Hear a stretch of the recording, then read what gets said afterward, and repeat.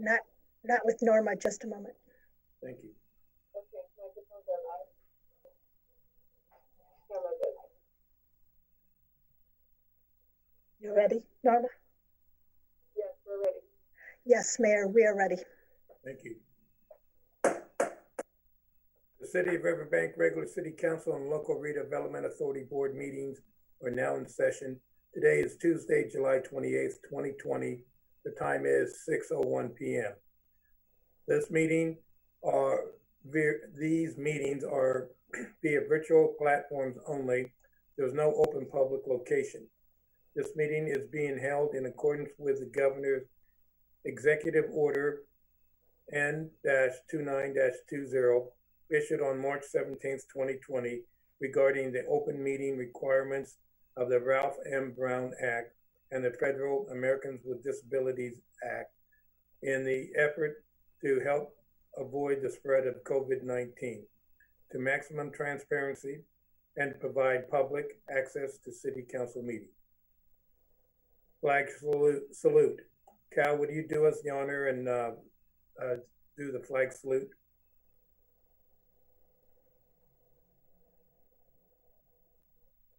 Councilmember Campbell? I'm trying to, can you hear me? Can hear you now. Okay. I pledge allegiance to the flag of the United States of America And to the republic and to the republic for which it stands, one nation, under God, indivisible, indivisible, with liberty and justice for all. I apologize for being a little strung out tonight. That's okay. Roll call, please.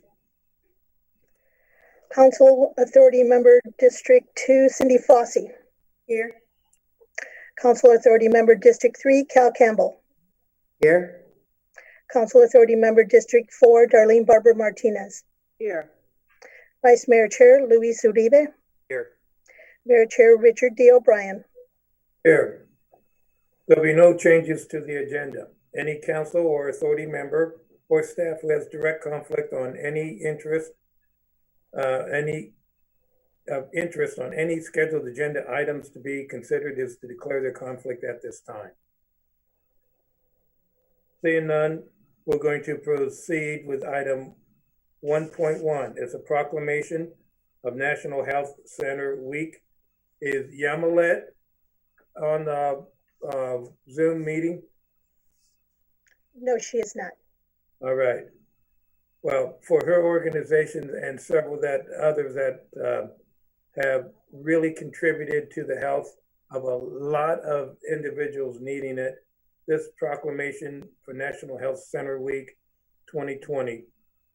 Whereas for over 50 years, community health centers continue to make a significant impact on America's healthcare systems by providing high quality, affordable, comprehensive primary and preventative health care in our nation's most underserved communities. Whereas the country's largest primary care network, community health centers, are the health care home for 30 million Americans in over 14,000 communities across the nation. 1 in every 12 people in the United States get their care from the community health center. Whereas community health centers are a critical element of the health system, serving both rural and urban communities, and often providing the only accessible and dependable source of primary care in the communities. Nationwide, community health care centers serve 1 in every 5 residents in rural areas. Whereas every day community health centers develop new approaches to integrating a wide range of services beyond primary care, including oral health, vision, primary health, pharmacy, and other specialty services, including telehealth modules, to meet the needs and challenges of their communities. Whereas community health centers are locally owned and operated small businesses that serve a critical economic engine, helping to power local economies by generating $54.6 billion in economic activity in some of the country's most economically deprived communities.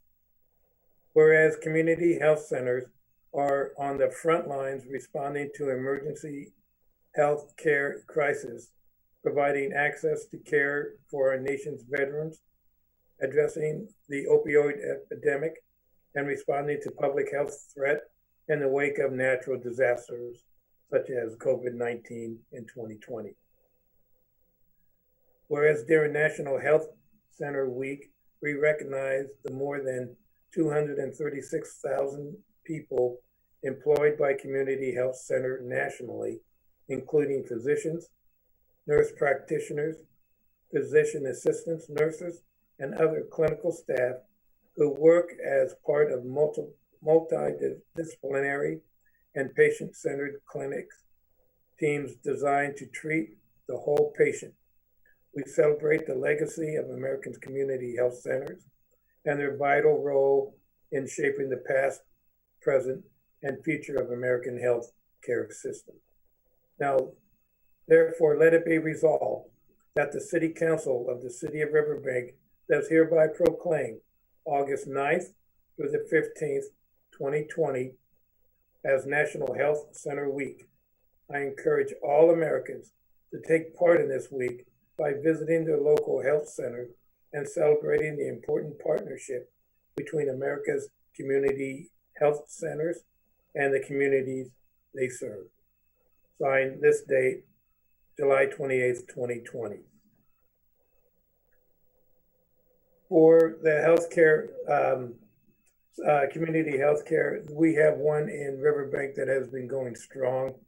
And I truly am appreciative of Yamilet and her organizations. And I will make sure that this proclamation is mailed to her for the ensuring that there is no COVID-19 interference. Moving on to item 1.2. Riverbank Representative Update by Stanislaus County Fire Protection District Board of Director Chad Homme. Chad, are you there? Good evening. Yes, I am. Very good. Mayor, Vice Mayor, council members, and people that are listening in, I just wanted to provide a quarterly update on what has been going on with Stanislaus Consolidated Fire Protection District, particularly in the Riverbank area. The first item I wanted to update, and I've got a list of items, but the first item was the station closure at Station 23, which is the station on Yosemite out in the Empire area. That station is still currently closed due to budget savings that we're experiencing currently, and the department has applied and is awaiting results from a SAFER grant for 6 additional firefighters, which would be the priority of that grant would be to get that station opened, which although that doesn't directly serve Riverbank as a first out, it is a vital resource to us as far as additional engines in the event of an emergency. Next item I wanted to update on is consolidation or discussions of contracts for services with Modesto Fire. There is a ad hoc committee established to meet with Modesto Fire to discuss coming up with a proposal on what it would look like, what they could offer, what costs would be. They did meet with Modesto Fire on May 19th, and due to just the COVID activity and how busy Modesto Fire has been, they are still working on it, but we have not received anything back from Modesto. Once we do, it'll go to the board, and I'm sure I'll be updating the city as well on that. Next item I wanted to discuss was Fire Recovery USA. Most of you have probably heard about the fire cost recovery services that were established at the district. It is important to differentiate the fire assessment as a direct benefit that was based on fire suppression services for the residents. So the fire assessment has stayed doing what it's been doing since the 2004 assessment was passed. The additional items that we are looking for is for vehicle accidents and specialized services, which are being reimbursed to the district by the insurance industry. There are published rates that they are actually established by the insurance industry. They are posted in the consolidated agenda from June 11th, specifically page 149 to 153, if anybody is interested in looking at them. There was a list of questions from the public, and then we also provided answers to the public. all of those were there. The next item I wanted to discuss was the district budget. As you know, when I first came before you in early January, late December, the district was looking at about a $900,000 deficit for the fiscal year. At last count, that deficit has been reduced to just under $300,000, and we should have a final number within the next month. And I will come back and address, but I believe it's going to be much closer to being in the black than even $300,000. Tying to the budget, one of the items that I'm excited to tell you all about is the firefighters have been operating on an extension of their contract for quite some time. We've been having discussion and just going back and forth, typical negotiations. The local 3399, which is all of the line firefighters, did agree to a contract. It has been signed, and one of the items to note that will save the district quite a bit of money is the fact that the firefighters are now picking up the 12% of their CalPERS pension plan, which that is always a tough negotiations thing, but it's kind of the direction that every agency that's a member of PERS is headed that direction. Last item I did want to brief on a little bit, actually two things. For the COVID-19, the district has retained a personal services contract with a gentleman by the name of Eric Hawley. You may see him around. He is basically taking the charge as the district's liaison for any COVID-19 issues. He participates in the County Emergency Operations Center, as well as the information that comes out. And he is also the point of contact for anybody in the department that say would have an exposure or questions or need to report anything of the nature. He sends out weekly, if not daily briefings, and the personnel have been real appreciative of that. At the beginning of the COVID crisis, it's interesting to note that the call volume district-wide dropped down. I think that was a lot of people were in anticipation, and a lot of people were just scared to go call the fire department, go to the hospital. People were just really scared. We are seeing the volume start to increase. So I will tell you, during the month of April, the district-wide responded to 393 calls. 120 of those calls were here within Riverbank. Of those, 62 of those calls were EMS or medical aid calls. Then in the month of May, our numbers rose a little bit, went up to 439 calls. 159 were here in Riverbank and 87 were EMS. And the last one is for the month of June. The number went up to 535 calls for service. 169 were from Riverbank and 89 of those were from EMS. An observation that I've just made is it's interesting seeing with the COVID, the taxing that it has put on the EMS infrastructure in the county, and as far as ambulances and times for EMS to arrive on scene. And a lot of times the first responders, the fire, are performing life safety measures until EMS arrives on scene. There was actually, within this last month, there was one case that out in Newman, that Oak Valley ambulance from Oakdale was the closest available ambulance and did respond to Newman for an EMS call. So it just kind of shows the importance of the EMS system and all the components working together. That is everything I have for update. And if anybody has any questions or anything, I would love to hear them. I have a couple of questions if no one else does. For the responding to a lot of the vehicle accidents, I think we have to be a little bit judicious about how we respond. We should be able to say, okay, there is a hazmat or a trapped individual and not just a fender bender. And a lot of those are fender benders that you described that you respond to. For the EMS cost, are we collecting anything from the county's contract with AMR? So I can get you further information on that. Basically, the Mountain Valley EMS is who regulates EMS within the county. AMR is the paramedic provider, as well as Oak Valley, because they both kind of serve our area. They have established reimbursement rates for the fire department if the fire department responds to provide EMS services. So a benefit to EMS is that does stop the response time clock when a treating individual is on scene. They have then potentially met their response time commitment, whatever the fire resource was. So those are reimbursed to the departments, and then there is also the reimbursement of EMS supplies, gloves, medications or IV, those sorts of things are all reimbursed as part of the EMS contract. Because as you know, that's one of my stickling points with the fire. They were not contracted with the vote in 2004 to provide EMS services.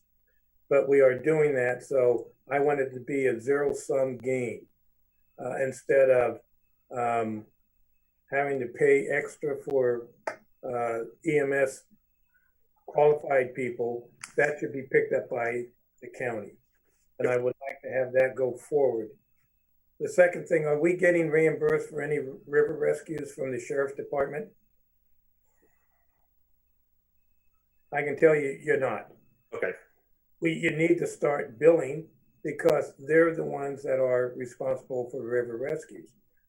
I'm glad that we're doing it, but if we're expending resources, we need to be reimbursed. That will help you with your situation. I know the sheriff has a little bit more resources than you do. And going back to your discussions with Modesto, I want to make sure that the assessments that you currently have are preserved, because there would be a very difficult way of funding the new organization without going directly to the public as an additional tax. And I don't want to have the assessment lost and have to wait a year or two before we get the assessment back. Yep. So whatever your legal team is, make sure that they are looking at that. Yep, and I can tell you, like in Modesto's contracts with Oakdale City and Oakdale Rural, the two of those are a little bit different because Oakdale City was part of the city, so they were originally funded out of the tax base. But Oakdale Rural was a fire district. They still collect their assessments, and their assessments are a pass-through for Modesto City. So I will keep that as a top priority, but I will tell you that we do not have any intention of trying to do away with that. That we would like to keep that, and that would be the mechanism if Modesto or whoever contracts for service was to come up with a plan. Okay, again, if you're absorbed by Modesto, you're no longer consolidated, and therefore that assessment goes away.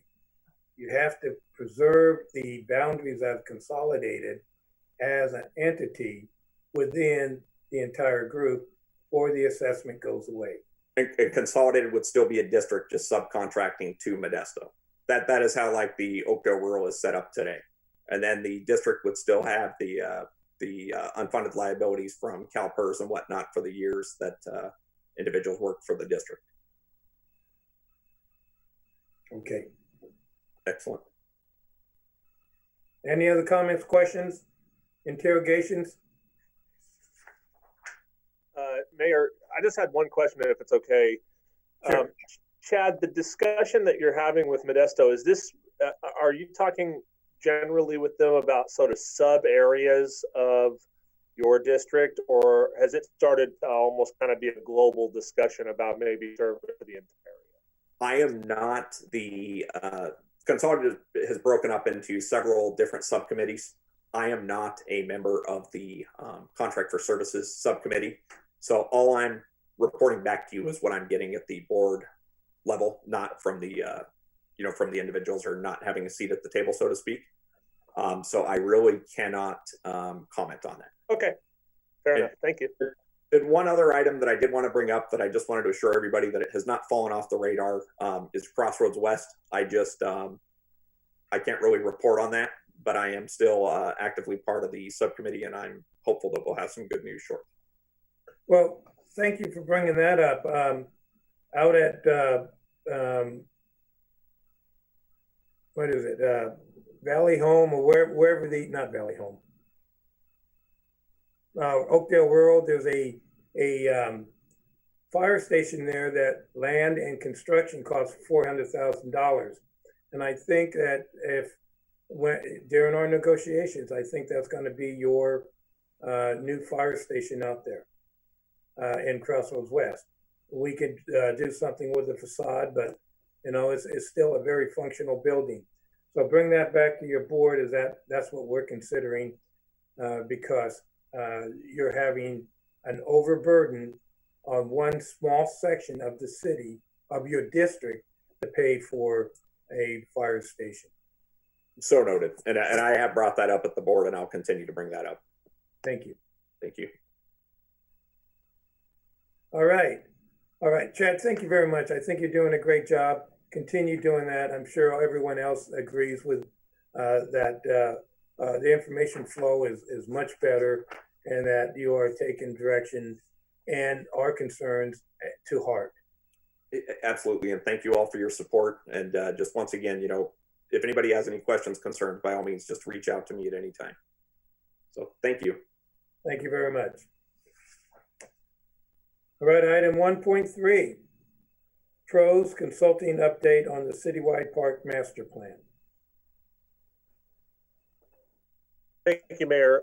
So I'm going to introduce, well, actually what I think I'm going to do is I'm going to pass it to Sue first so she can introduce Michael with PROS Consulting. But you heard from Michael a number of months ago based on the survey that he and his firm have done. Now they've taken that data and sort of plugged it into what you'll be seeing at some point in the future is what will be our Parks Master Plan. And so we're really excited about it. It's been a kind of a strange project with all of the COVID stuff happening, but luckily a lot of the outreach and stuff had happened prior to most of that occurring. So do you want to add anything to that before we pass it to Michael?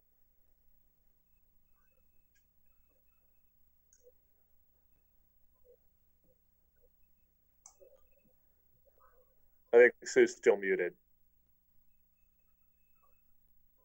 Well, in the absence of Sue, I guess I'll just go ahead and pass it over to Michael, and the floor is yours, sir. Mayor, Council, thank you very much for the opportunity to present to you once again. I'm going to share my screen here and just kind of power through what I would call an update before potential final adoption in August. As Sean had mentioned, you know, we were back in front of you with community needs in, gosh, I want to say it was January, so it's been quite some time, but obviously it's been unprecedented times. And we've done a lot of work since. Fortunately, we had teed up quite a bit of information previous to COVID with regards to park and facility assessments and a lot of data collection and analysis. And so tonight is just going to be a quick review of community needs, talk to you about level of service, which is really, you know, how much parkland and that you need going forward based on population growth and needs of the community. And then, of course, what are the elements that are desired within in future parks.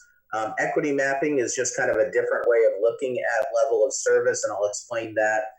Capital improvement plan, and then next steps. So as we mentioned back in January, we have defined your community's experiences from a programs and services perspective.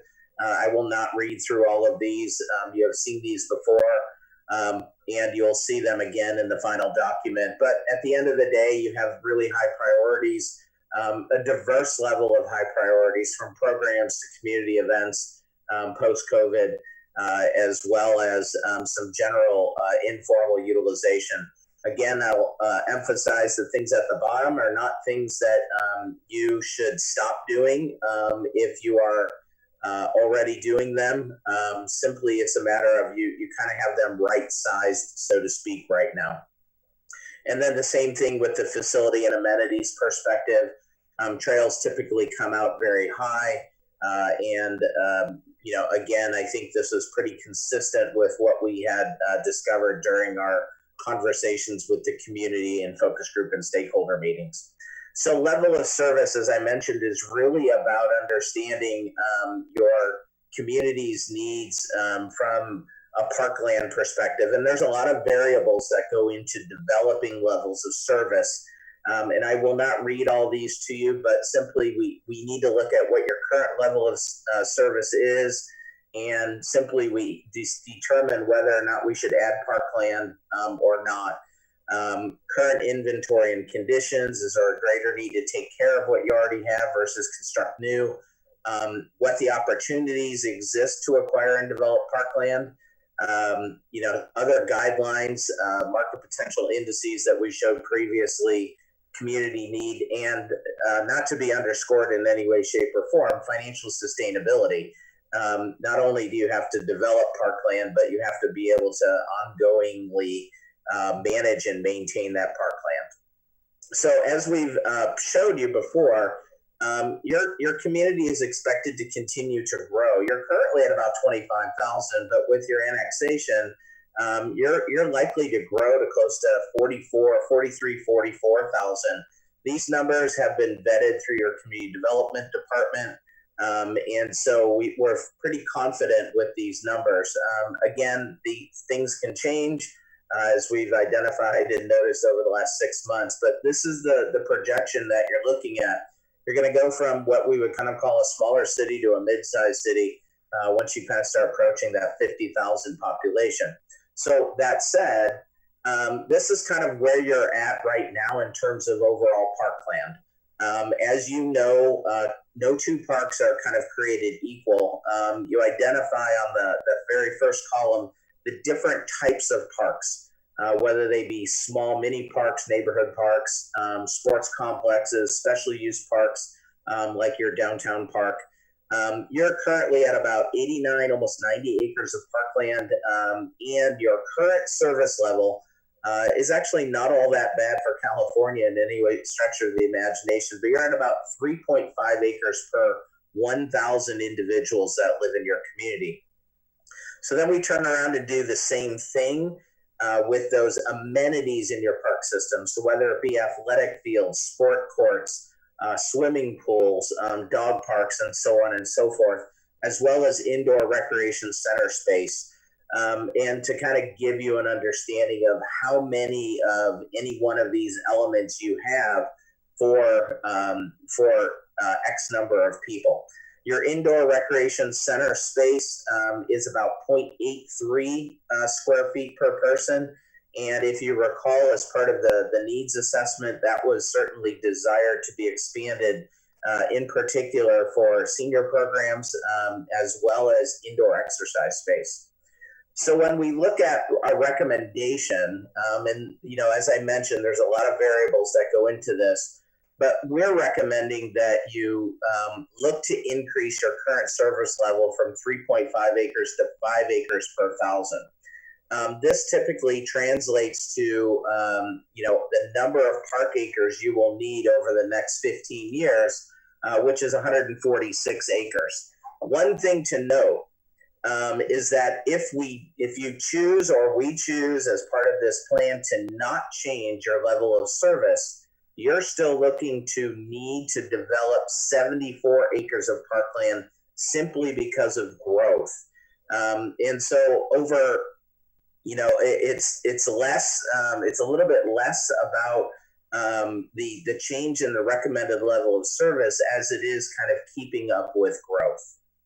And then we will do the same thing for your indoor or your outdoor amenities, as well as recreation center space. Again, it's a matter of how much do you need in the next 15 years to plan for. We recognize this is a 10-year plan, but I also think we all are familiar with the fact that once you decide to do something, there's a planning exercise, there's a bidding exercise, there's a construction document exercise, a construction phase before you even get yourself to a point of actually what we would call a ribbon cutting. So there's a likelihood that you will start to plan for all of these park acres, whether it be through growth in the development community, or whether it be through an extension of the lease with the Army Corps of Engineers for Jacob Myers Phase 3, or if it's an indoor recreation center space. It's in likelihood that you will be planning to implement these recommendations within the next 10 years, with the understanding that they would come to fruition and be used by your community within 15. So equity mapping, and I will try to keep this brief, but simply it's a matter of kind of showing any one of your locations for parks and the and some of the select amenities that I'm going to show you. Basically the way it works is that you have quantity of inventory, and based on that recommended level of service, we understand what your population is around any one of those amenities. So the shaded areas that you're going to see kind of show how far your service area extends.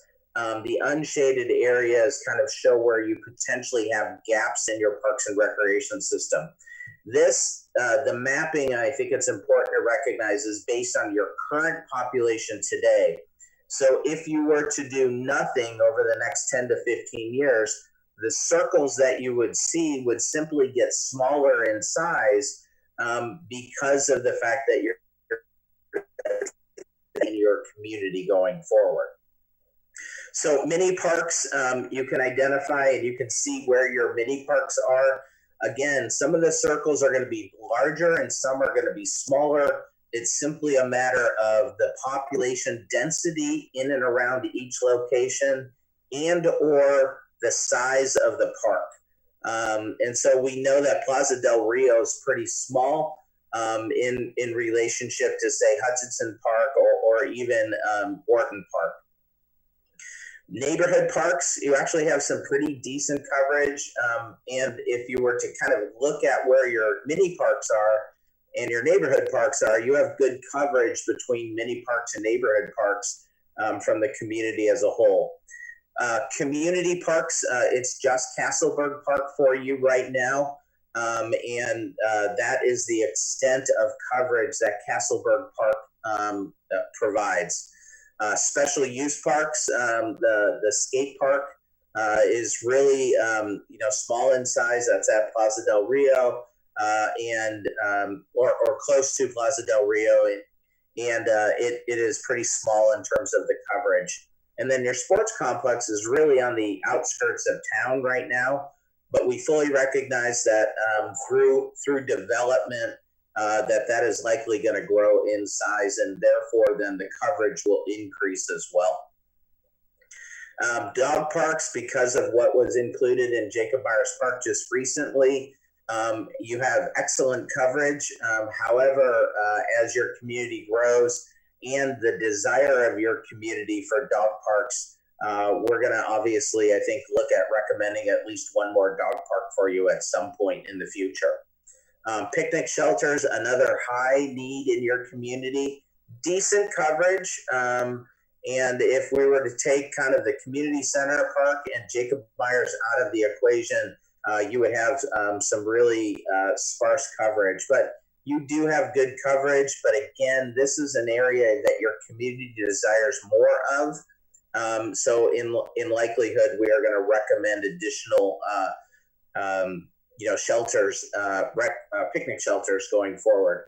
And then playgrounds, again, a pretty much good staple of your parks and recreation system and most parks and rec systems. You pretty much have this covered at almost every one of your locations. And then, of course, your outdoor pool at the community center park, you have great coverages there. This is not about adding another pool. This is more about updating your pool through Prop 68 grant. So the capital improvement plan, I want to, again, remind you of what folks said on the survey in terms of what they support the most of. And so we really took a lot of time and did some due diligence by looking at each and every one of your parks to see if there were opportunities to include some of these higher end funding, the things that people are more willing to fund within your system. And so we kind of did a park by park workshop that took all of the information that led up to doing that workshop internally to identify where there are improvements. The other thing I think is important, and I mentioned this when we first launched this project, is that we're providing you a capital improvement plan in 3 buckets. The first bucket is really about just life cycle replacement and any amenity within your park system, whether it be a sign all the way to athletic field lighting or swimming pools. doesn't last forever, and at some point it is going to have to be replaced. And so we've kind of created a first bucket that is really a sustainable bucket. It's sustaining your existing park system, it's life cycle replacement. Expanded services speaks to what I just mentioned about trying to incorporate the highest needs of your community within your existing park system without necessarily having to build new. We recognize that there will be some build new as part of your system, if for no other reason, as I mentioned previously, your community is going to grow substantially, especially from a percentage standpoint over the next 15 years. And then that is bucket number 3, is that big picture bucket. Do you build a new recreation center? Do you, how much additional parkland? And part of why we've aligned this way is there are funding strategies to help accomplish each one of these. So the CIP assumptions, it must be financially viable. It's expected that they would be implemented or started to be planned within the next 10 years. It's responsive to the data collected and feedback, and it's consistent with other planning efforts such as your general plan. So I will not read all this through to you, but you have done an excellent job of managing the life cycle replacement of your system, and to the point where you're only looking at over the next 10 years, 2.5 million. The other thing that is really important is that every one of these, with the exception of Jacob Myers Park, is really looking at it being in the longer term, over the next 6 to 10 years in which you would look to fund life cycle replacement. So kudos to you all for continuing to update your park system as you go. Expanded services, a little bit smaller. It's not about really, there's not a lot of land within your existing park system to do a lot, but adding pickleball courts, adding picnic shelters, adding splash pad, adding shade were some of those common themes that we hear in focus groups and through the survey. Again, a lot of these projects are looking at over the next 6 to 10 years. And we're also trying to be responsive to potential financial restrictions over the next 5 years, in particular due to COVID. And then your visionary plan is really the big ticket item. A couple of big ticket items is really about new park development, as I mentioned, expansion of your sports complex, and the replacement of your pool in hopefully the next 5 years. So as a summary, we're looking at about $59 million over the next 10 years. Most of that is in the visionary project category. And again, just to recognize, we're really looking at 45 million, the 10 million associated with the sports complex and the 35 million associated with your new park development is very much tied to growth. And so if that growth doesn't happen or it slows, then obviously we push some of these projects out into years well beyond even 6 through 10.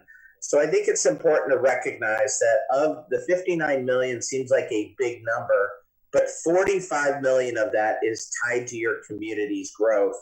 And if my math is correct, that leaves about $14 million for really about improving your existing park system over the next 10 years.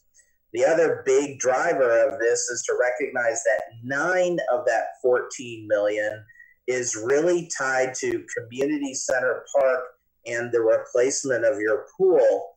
And it is within the first 5 years. And of that 9 million, we're looking for it to be funded through the Prop 68 grant. So again, looking at it in terms of total years, 9 million in the first, basically 9.6 million in the first 5 years. 9 of that million is tied to community center park. And again, that 9 million is tied to getting a Prop 68 grant.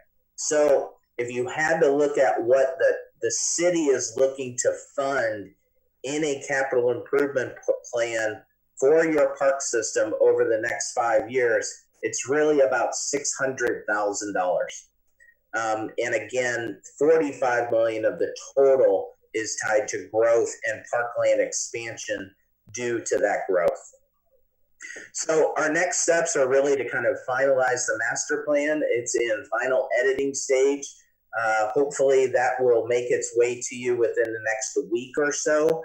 And then looking for council adoption about 4 weeks from today. Any questions, concerns, comments, suggestions?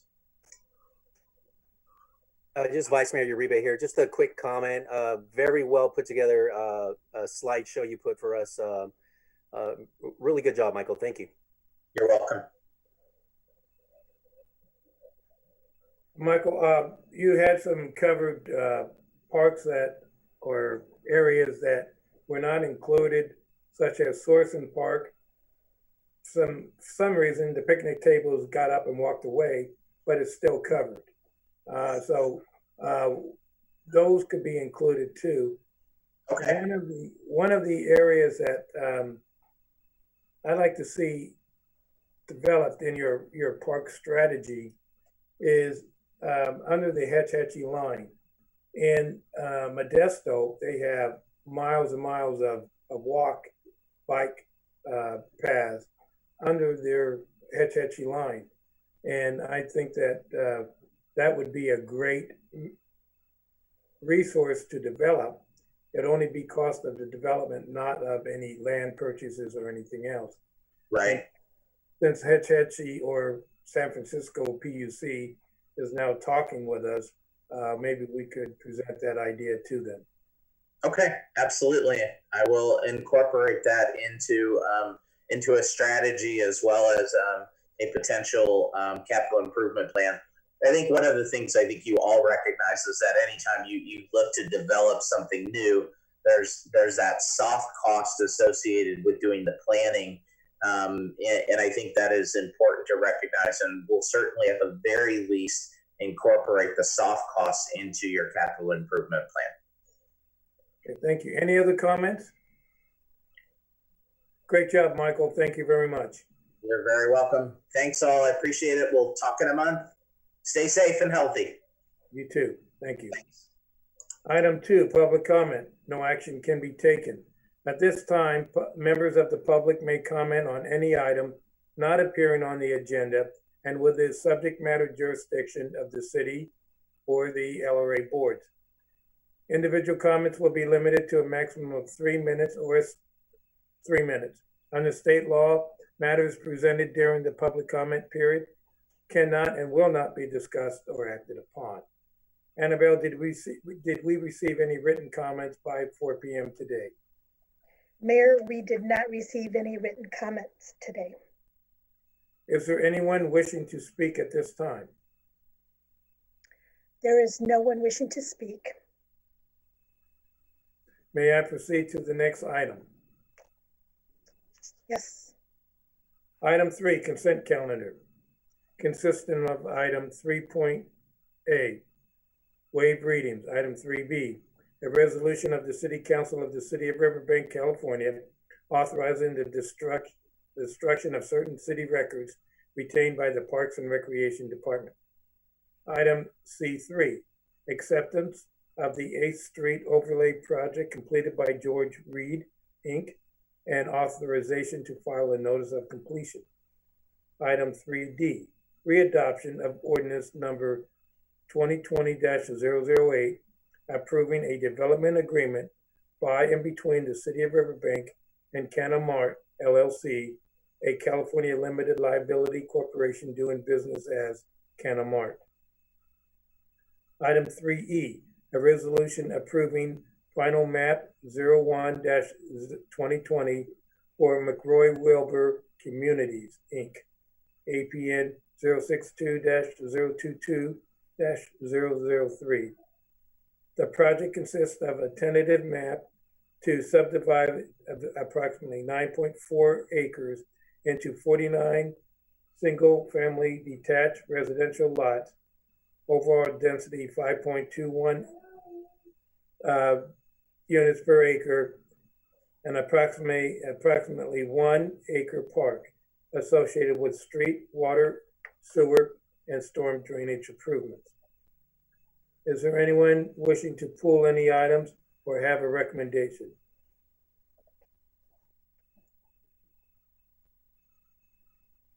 Is there anyone from the public wishing to comment, Annabelle? There is no one wishing to comment. Okay. This is Councilmember Darlene Barbara Martinez. I just want to make a comment on item 3C, the 8th Street overlay. Just that the before and after pictures were very, very nice. And I hope that our residents do appreciate the job well done that they did. That's it. And Vice Mayor Uribe here. I'll also make an additional comment on item 3E, seeing as we are talking about the Parks Master Plan. And I did get a chance to drive by the countryside area there. And then I saw on the maps itself, countryside 1 and 2. I think going forward, if the developer is requesting a park and basin combo, I think it'd be nice to see us have like extra amenities, like outdoor exercise equipment added to some kind of agreements going forward. But other than that, I'm in agreement with the entire consent calendar. Cal, you want to make a motion? Sure. I move that we accept the consent items as so stated, the consent calendar. Vice Mayor Uribe here, I'll second it. Okay, we have a motion to approve the consent calendar by Councilmember Campbell and a second by the Vice Mayor. Roll call, please. Council members Barbara Martinez, Yes. Campbell, Yes. Fossey, Yes. Vice Mayor Uribe, Yes. Mayor O'Brien. Yes. Motion passes 5-0. Item 4. Item 4.1, unfinished business.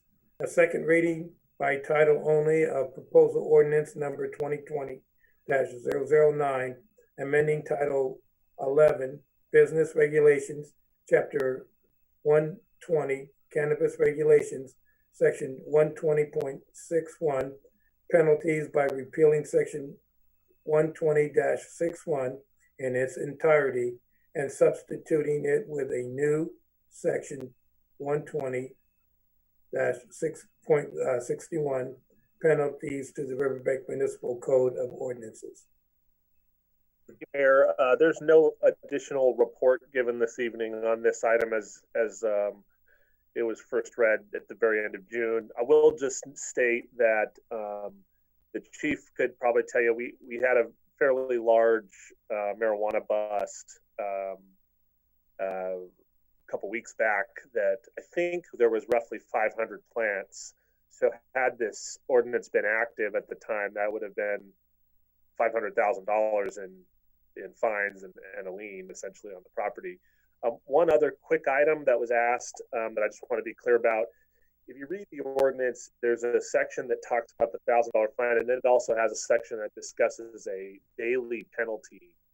And the question was asked, like, why have both? And the reason is, in those situations where maybe it's not like a massive grow operation where you have a drug bust, maybe you just have somebody that has 5 or 10 plants over the amount they're allowed to have.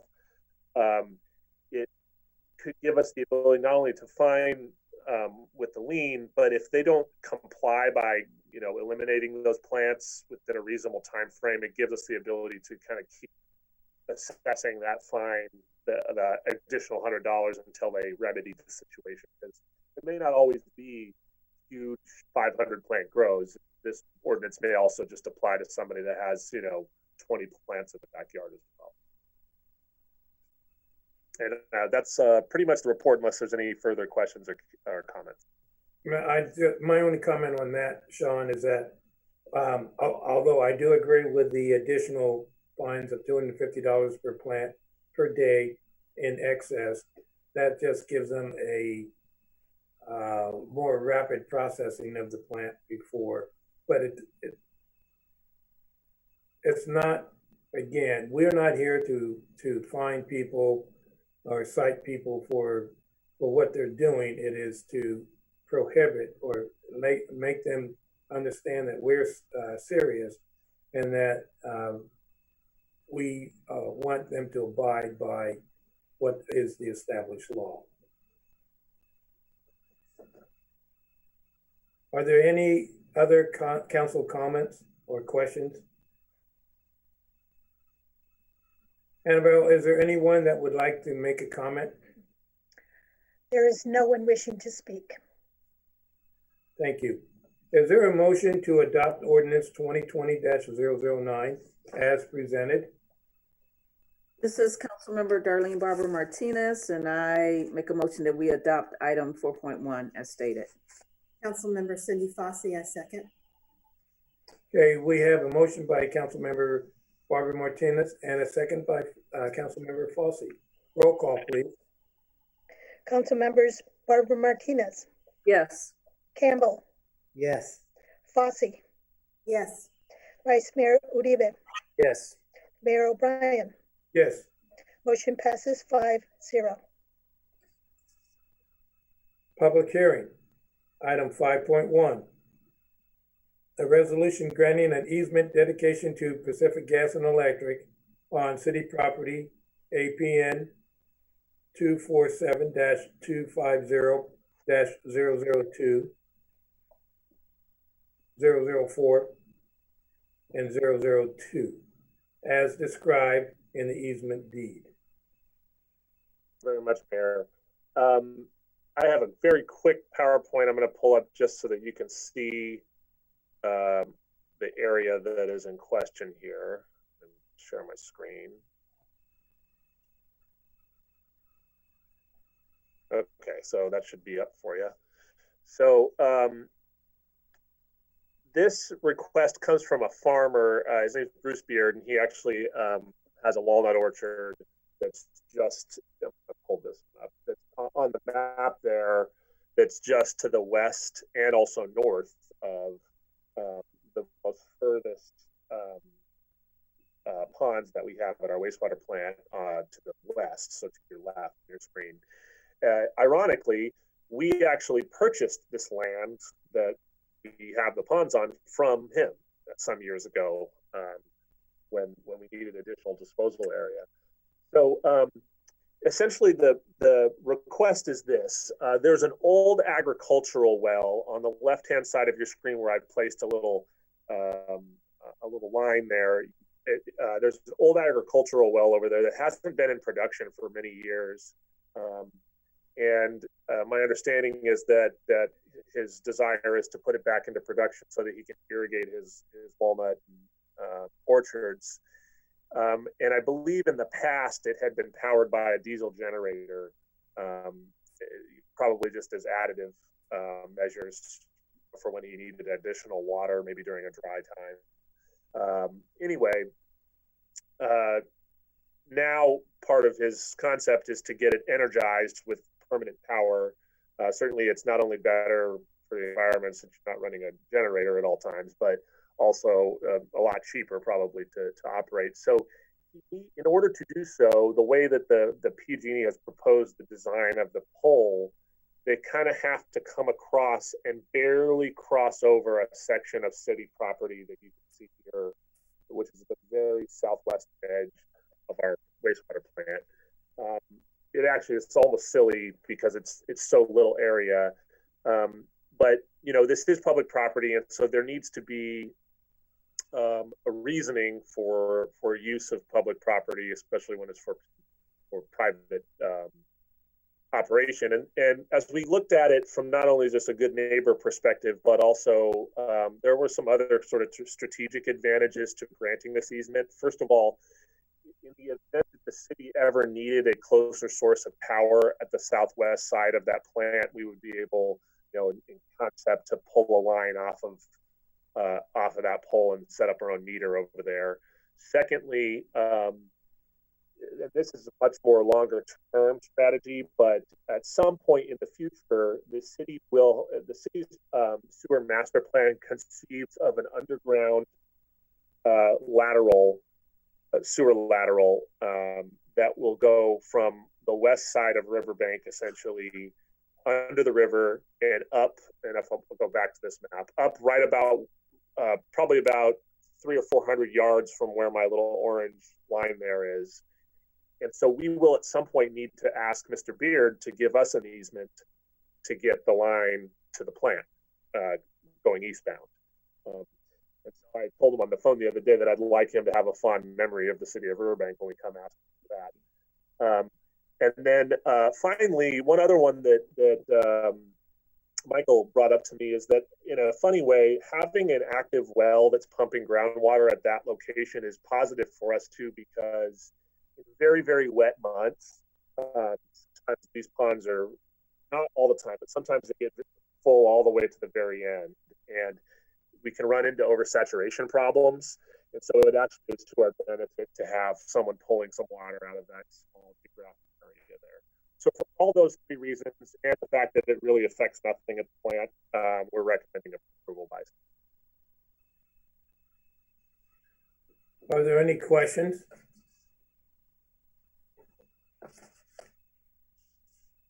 Seeing none, I open this item for a public hearing. Annabelle, is there anyone that wants to comment? Mayor, there is no one wishing to speak. All right, hearing that, I close public hearing. I bring it back to the council. Is there a motion to adopt a resolution granting an easement dedication to PG&E? Vice Mayor Uribe here. I'll make a motion. We approve item 5.1. Councilmember Cal Campbell, I will second the motion. We have a motion to approve by the Vice Mayor and a second by Councilmember Campbell. Roll call, please. Council members Barbara Martinez, Yes. Campbell, Yes. Fosse, Yes. Vice Mayor Uribe, Yes.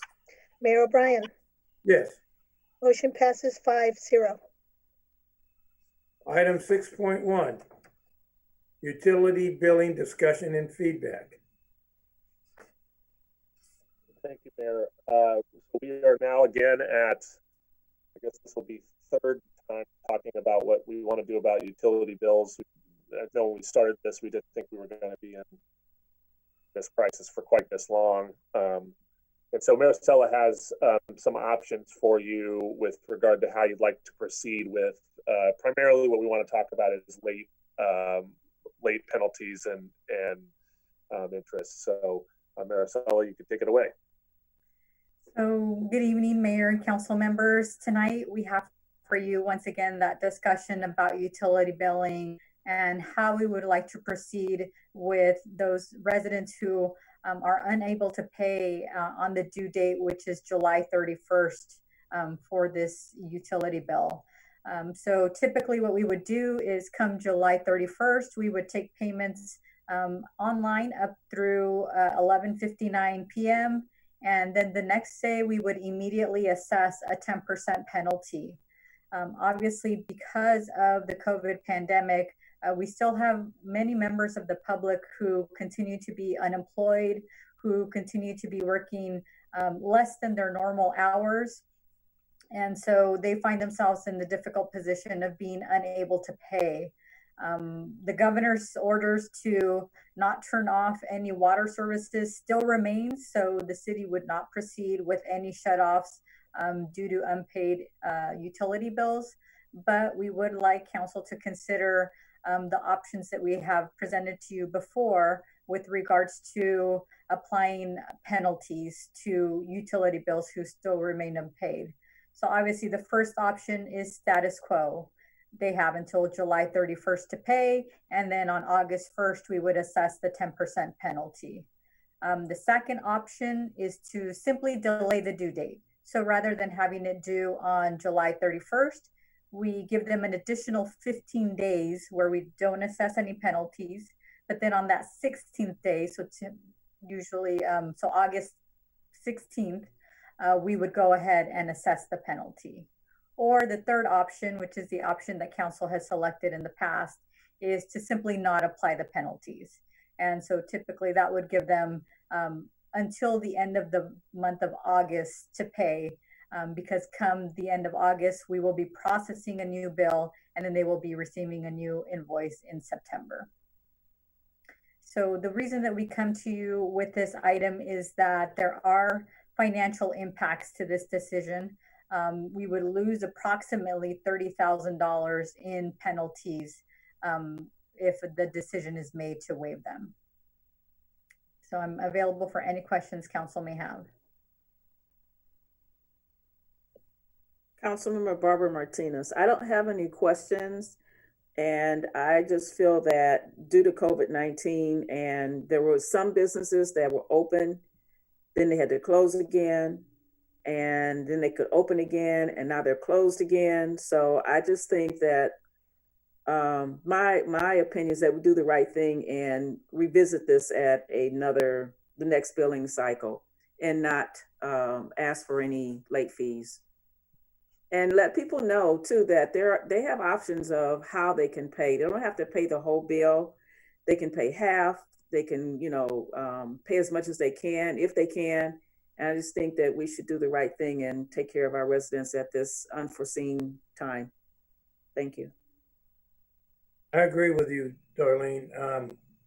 We have a business that owes us a great deal in backwater payments and sewer payments, and also penalties, which I think eventually the penalties may not be collected. I don't think we should be penalizing the residents because of the COVID-19.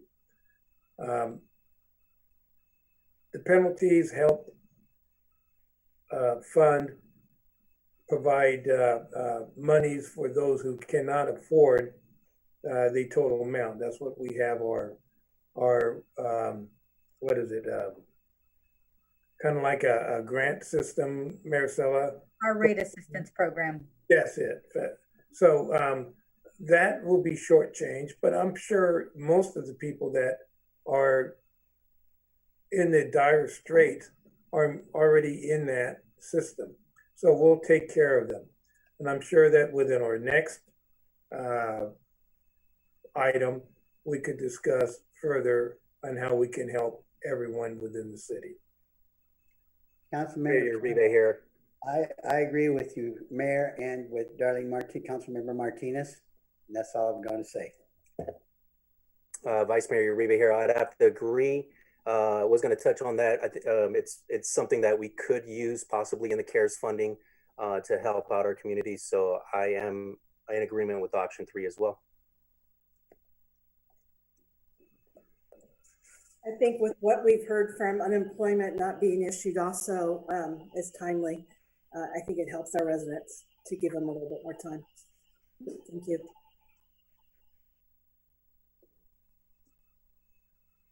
All right. Any further discussion? Annabelle, is there anyone who wants to comment on this item? Mayor, there is no one wishing to speak. All right.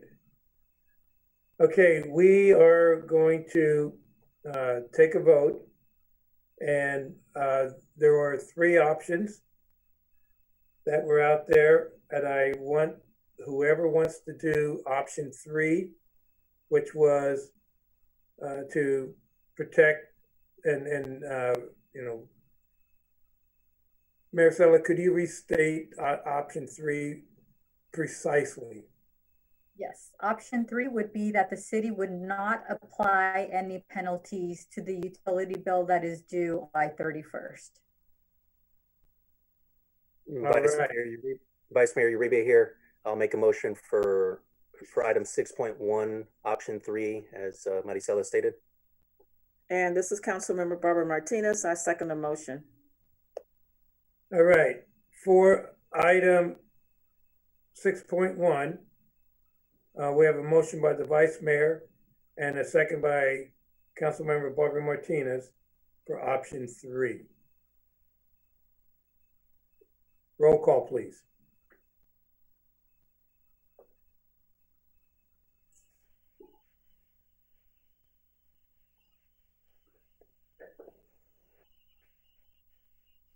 Annabelle, did I do it wrong? I'm sorry. Yeah, I'm still here. I'm sorry, I was muted. Councilmember Barbara Martinez, Yes. Campbell, Yes. Fosse, Yes. Vice Mayor Uribe, Yes. Mayor O'Brien. Yes. Motion passes 5-0. Thank you. Thank you all. Item 6.2, CARES Corona Relief Fund CRF allocation discussion. Thank you, Mayor. So we've had a lot of discussion in the meetings leading up to this about county and state allocations of CARES funding that the city is going to receive. Maricela and or I have executed the necessary documents to draw down that money when ready. So the question this evening is, how would we like to allocate it that gives us the best chance of doing the most good to help, but also our goal being to spend every single dollar of that money by the end of December, which is our deadline. So Maricela is going to step you through a bunch of options she has, and what we want this evening, I think, is general direction so that we can start to build these different programs and get this money spent. And then what I suspect we'll start doing is report back to you on a fairly regular basis of how it's going. And if we need to make some changes based on, activity, high levels of activity in certain programs and low levels in others, we can do so. But she'll step you through. This is money with lots of strings. So she's going to try to explain what we can and can't use it. So this has been a very interesting year in terms of funding that's available to public agencies, mostly in order to deal with the effects of the pandemic. So just for members of the public who may be listening, the CARES Act was adopted by Congress on March 27, 2020. It's an economic relief package that will provide funding for the costs that have been incurred in order to protect our residents from this public health pandemic. So we are fortunate in that the county is willing to provide us with a portion of the direct allocation that they have received.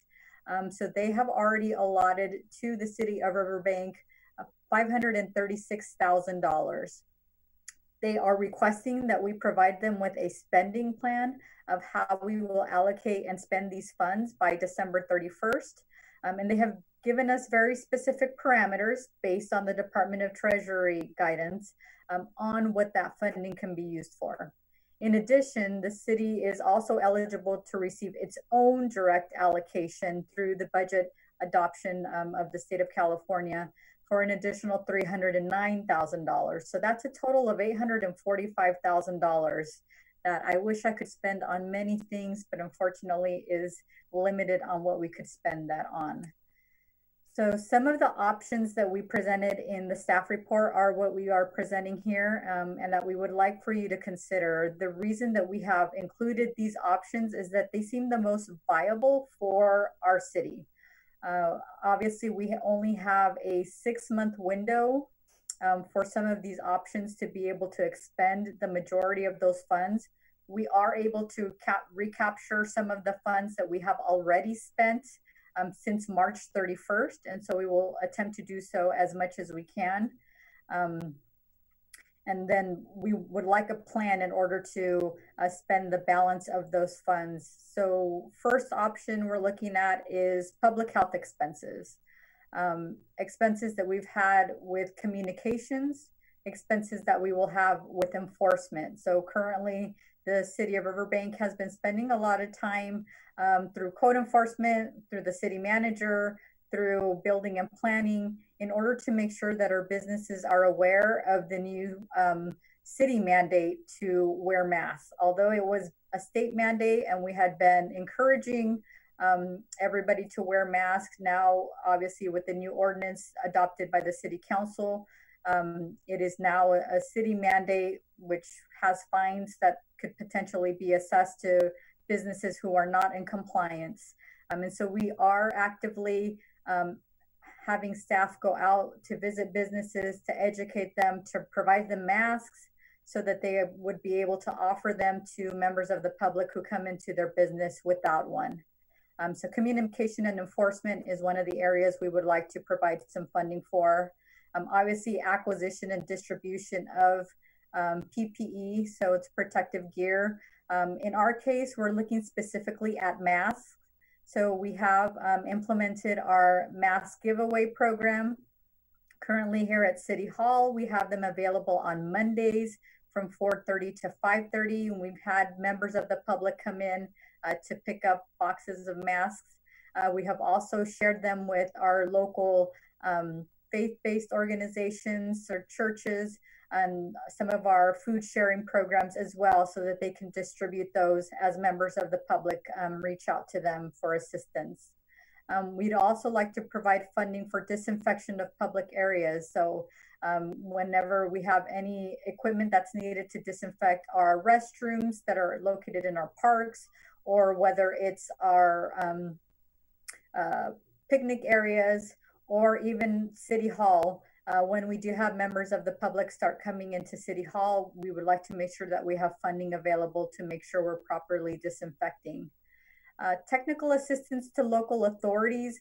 Some of that can kind of be geared towards the guidance that we receive from our city attorney, or if we were to request assistance from a specific consultant in order to develop a program that will allow us to spend these funds for public health purposes, we would be able to reimburse those costs as well. And then public safety measures. So public safety measures covers a large realm, because technically everything that we're doing now is with the public safety in mind. The second area we would like council to consider are payroll expenses.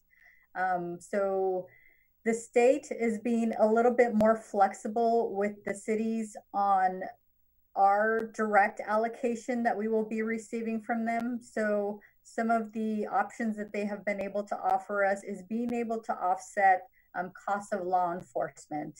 And because law enforcement is considered frontline workers, they will allow us to use the direct allocation from the state in order to offset those costs. Now, the county is not allowing us to use their portion of the funding for that specific purpose unless we have designated a specific employee or a specific deputy to assist with enforcement. And then we would be able to offset their costs with the county's allocation. Also, if we had any public health officials that we needed to obtain information on, or that we needed to assist, we would be able to offset their payroll expenses as well. And then if we were to offer our own human services to members of the public, we would be able to offset those costs. The third area that we would like council to consider is actions that would facilitate compliance. So currently, some of our staff continues to do telework, so they're still working from home. We still have some of our staff members that are working split shifts, so they are working 4 days on and then 4 days off in order to minimize the number of trips that they're having to make out of their home, so that we're still in compliance with the shelter in place. So any costs associated with improving their ability to be able to work from home are costs that can be offset with the CARES funding. We are also given the ability to provide paid sick leave through the newly adopted Families First Coronavirus Act that offered new leave types to our employees, such as an expanded Family Medical Leave Act, and then also through a new paid sick leave. Should they fall ill from coronavirus, should they experience symptoms from coronavirus, and either the city or the county or their doctor requests that they stay home and self-quarantine, they have this leave available to them so that they don't have to use their normal sick leave or vacation. With regular businesses, they have the opportunity to pay for these costs by offsetting them against their payroll taxes, and so they're receiving relief in that manner. The city, as a local agency, is not able to do that. So some of what the language was adopted as part of the CARES Act is that we would be able to offset our costs of providing that paid sick leave to our employees. And I can say that over the past 2 to 3 weeks, we have had quite a number of employees that we have had to use this paid sick leave on. The third item under actions to facilitate compliance is any care that we can give to our homeless populations. So a lot of agencies are using this as using the funding in order to provide shelters for our homeless populations, whether it's renting a room for them at a local motel or hotel, or if they fall ill of COVID, finding them a location so that they can quarantine as is the guidance. And then the last option that we're providing to you today is provisions of economic support. So this could be in the form of either grants or loans to our small businesses who, as Councilmember Barbara Martinez mentioned, many of them had opened, had to close, made a lot of enhancements to their businesses in order to ensure the safety of their customers, reopened, and unfortunately had to close again. So they are definitely feeling the impacts of those closures. We've already had word of a few that have closed down. And so we want to make sure that we're trying to do as much as we can to provide them with assistance in order to continue paying for either payroll for their employees or operating expenses. Now, I will say that Stanislaus County has allocated $10 million of their own funding towards small business assistance as well. So we would hope that it would be something that we could offer over and above that option to our local businesses. And then also any reimbursements that they've had by caused by the closures. We can also assist them not only with operating expenses and payroll, but also if they needed to make enhancements to their buildings in order to provide protection for their employees or for their customers, we would be able to assist them with those costs. And so those are the options that the city manager and I felt were probably the most viable and that we would be able to implement as quickly as we could with regards to the specific funding. But obviously we want council to have the opportunity to review these options, and those that were presented in the staff report. We attached the Department of Treasury guidance that was given. And so ultimately that is the guidance that we will need to follow. The strings to this, of course, is that we need to make sure that we are following that guidance to a T. We will be audited on this most likely. And so we will need to make sure that all of our documentation supports that the spending plan that we are adopting is going to ensure compliance and assistance with eliminating or being able to facilitate compliance with any of the new laws regarding COVID-19. So I'm available for any questions you may have or any discussion or further guidance. I'm sure we have a lot of discussion, so I'm going to open it up, please. I just want to make a comment. This is Councilmember Fossey. I think that the items that you want to use it for are perfect.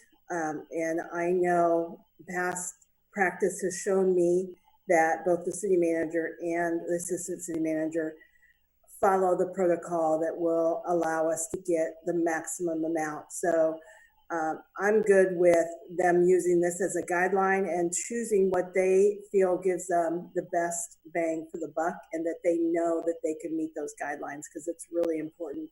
We don't want to lose any of this money, and we want to make sure that we use it the best way. Thank you for putting this together, Marcel. This is Councilmember Barbara Martinez. I had a question. The slide before this one, you mentioned technical assistance to, I think it was lower local authorities. Can you give me an example of what you mean by that? So one of the items that we want to be able to consider is offering this program, grant assistance or loan assistance program to our small businesses. So we're actually going to reach out to a third party to be able to assist us with that, so we can offset those costs of them. In addition, any costs associated with implementing specific guidelines or researching specific guidelines that you would like to implement here in the city. If we had a need for a consultant, we would be able to offset those costs as well. So to add to that, like an example would be like, let's say we have a business assistance program. We're going to have some qualifications that people have to meet to qualify for it. You know, if you've been open the entire time, then it probably isn't we're probably not going to be loaning you money, you know, because you haven't had maybe the same negative as like maybe a hair studio or something that's closed now 5 months. So there will be some verification procedures, and you know, we'll create some criteria. Perhaps it'll go on a first come first serve basis, or maybe we'll have a scoring system. But basically, we don't feel comfortable internally administering that with our limited staff. Besides the fact that we kind of want a third party, you know, external group to do that, so that it doesn't get messy. And it's, you know, kind of a clean process. Okay. So on the next slide, the last slide, I can see the reimbursement for business interruptions caused by closures. So some of our restaurants have been very creative in trying to give service to our residents or to the community by, outdoor seating equipment.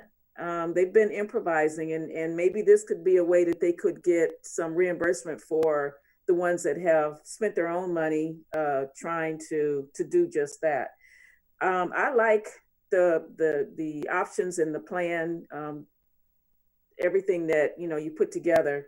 I just think that again, we're doing the right thing and trying to help as much as we can as a city. We do care about our community, and we're all suffering through this. And I just think that by us reaching out and letting people know that we have options available for them, I just hope we get the word out so that everybody will understand that we're here for them.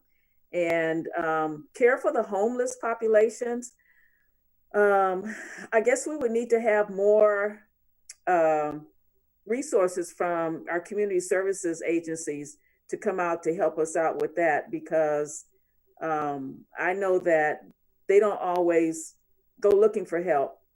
And if they are ill, may need services and don't want to knock on anybody's door to say, hey, I'm sick.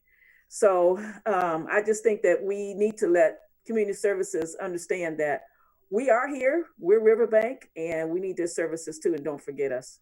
Thank you. Okay, this is Councilmember Campbell. I've got a couple comments.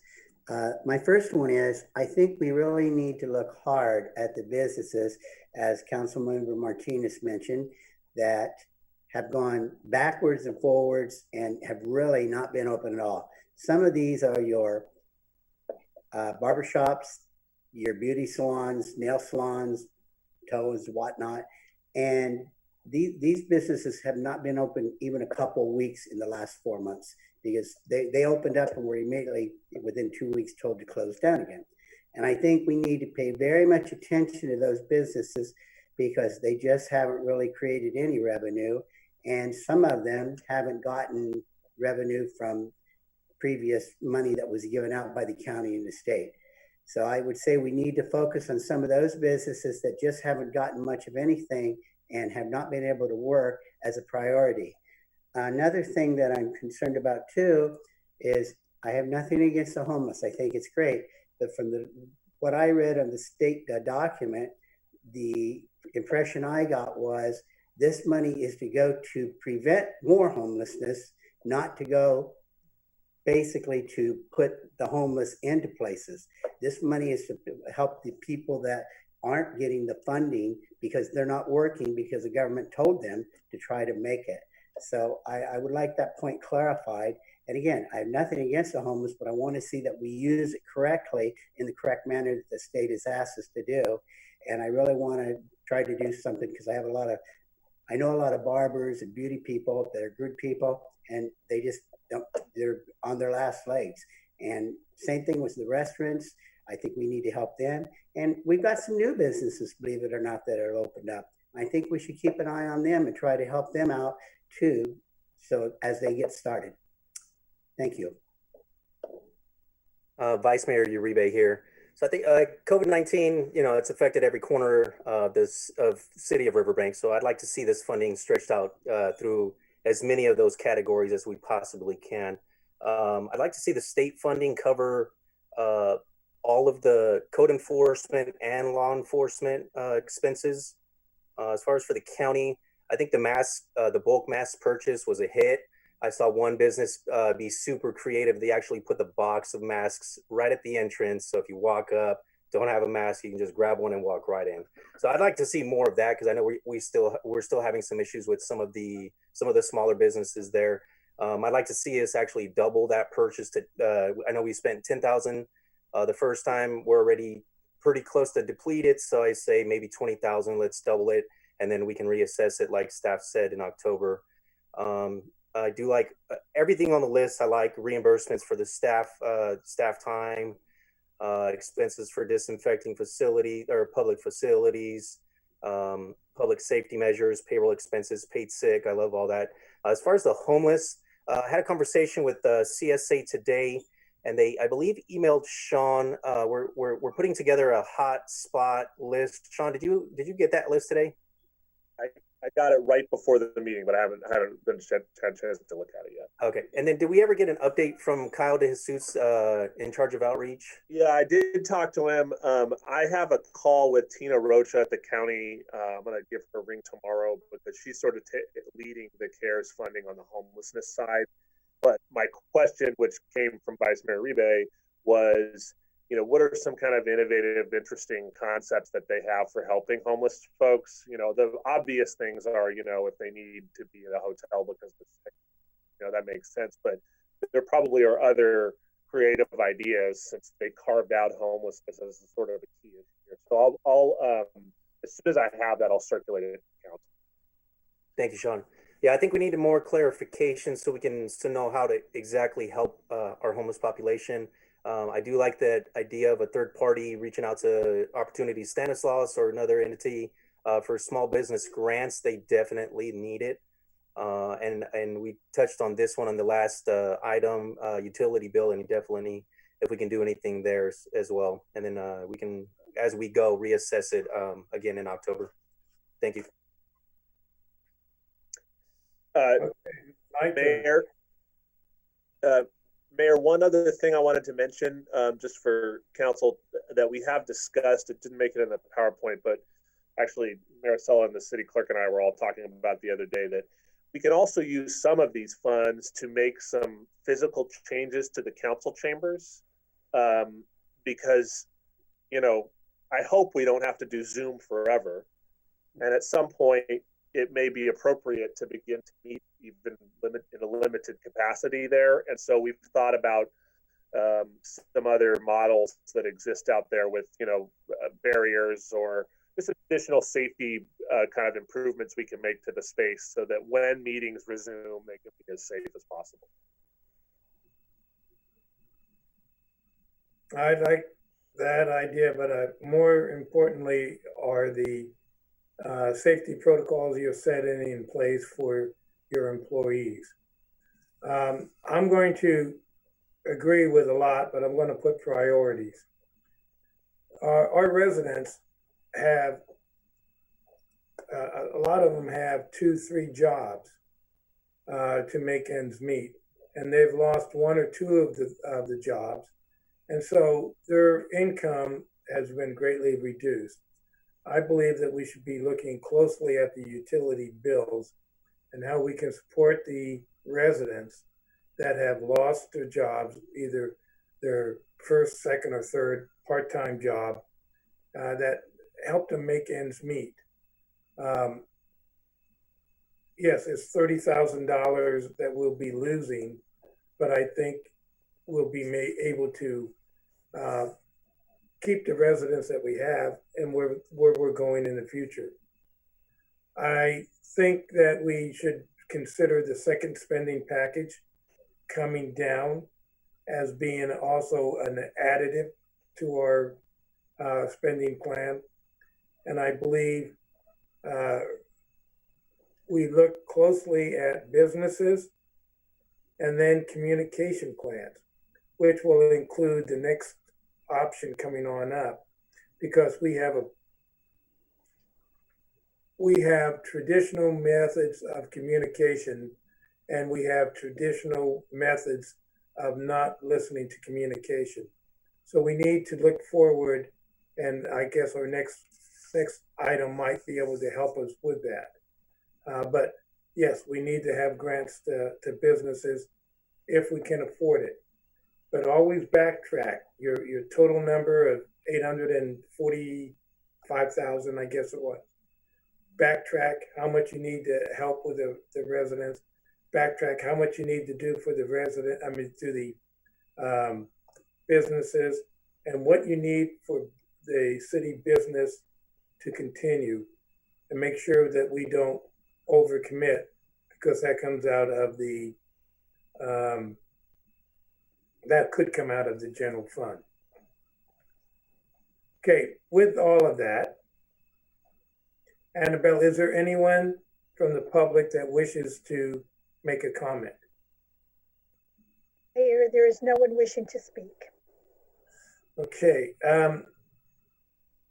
we've given a lot of very general guidance. Do you have that, Sean Maricela? Yes, I think what we'll do is, since most of the options seemed acceptable to council, what we'll do, it's not like any one of these would deplete the amount of money we're getting immediately. It'll be hard to tell until we get them up and running how much, like, for example, maybe there's going to be a lot of interest in these grant programs for small businesses. Maybe it'll only be a few businesses. We just don't know yet. So what we'll do is we'll stand up the programs and start expending the funds, and we'll be reporting back on a regular basis of sort of where we're at in those balances. And if council decides to switch direction, say we want more to go in business support, or we want less to go in, and let's try this, it can be flexible for you on an ongoing basis. And every one of your programs that you memorialize, make sure you have, this can be cut off at any time, you know, the verbiage that, you know, as funds are available and they run out. Okay, so I would like the council to consider that this item be brought back under a resolution at our next meeting under the consent calendar to memorialize the policy decisions on the spending of these funds. We could do that, or we could just say, we're gonna do this all over. Well, we could do that, Mayor, as long as you could add to that you and the council give us, Maricela and I, authority to start these programs in the next 2 weeks before your resolution is approved. Absolutely. Any council member object? So Okay. what we'll be doing next is we'll be reporting this plan to the county, and then they'll pretty much just give us the green light. They're not looking to review or question. They're just looking for a general idea of how we'll be spending the funds. In addition, your next meeting will also have a resolution that will authorize me to submit a grant application for CDBG coronavirus funds. That's $108,000 that we are eligible for. And that one can be designated specifically because there is language in that one for our utility rate or our utility bill assistance program. Very good. I've already spoken to the county on a lot of the programs that you spoke about tonight, and they say that Riverbank is far ahead of any other city. I asked them, was that surprising? So with that, is there a motion to continue this to be brought back to the next meeting under the consent calendar to memorialize our council policy decision on spending and authorizing the city manager and assistant city manager to move forward with the programs? Vice Mayor Uribe here. I'll make a motion to continue item 6.2 as the mayor stated. Councilmember Barbara Martinez, I second. All right, we have a motion to continue this item until next meeting under consent calendar to memorialize the council policy decision on the spending of these funds, and also authorizing the city manager and the assistant city manager in implementing these programs commencing today. Motion was by Vice Mayor and a second by Councilmember Barbara Martinez. Roll call, please. Council members Barbara Martinez, Yes. Campbell, Yes. Fossey, Yes. Vice Mayor Uribe, Yes. Mayor O'Brien. Yes. Motion passes 5-0. You guys have to excuse me. I had a little surgery yesterday. It really is irritating. Item 6.3, electronic sign update, discussion, direction. Thank you, Mayor. I'm going to go through this fairly quickly because I think that I'm going to be able to recommend something that I hope council can support because some circumstances have changed, and in a roundabout way, I think that we are going to end up in a better position than we did when we first started this odyssey way back when, because not only do I think there's an opportunity to complete the original mission, but there's some additive ones that could expand our reach to the community from a sign perspective. Let's briefly go through that, and then I'll show you some pictures here in a moment. So as council knows, on June 23rd, the council heard an update on the Atchison-Patterson waterfall location sign. As you're well aware, the project has struggled with a number of delays related to engineering, electrical connections. COVID-19 has not helped, and then, the general permitting issues. At the time, council had sort of decided that perhaps it would be better to just adjust focus and look at other options because there was a concern that perhaps this project was just going to languish. So I informed Valley Outdoor Sign a couple days after the city council meeting of council's direction. Obviously, not only was council disappointed, but they were disappointed as well. And everybody was disappointed in sort of a lot of the little issues that have come up on the project.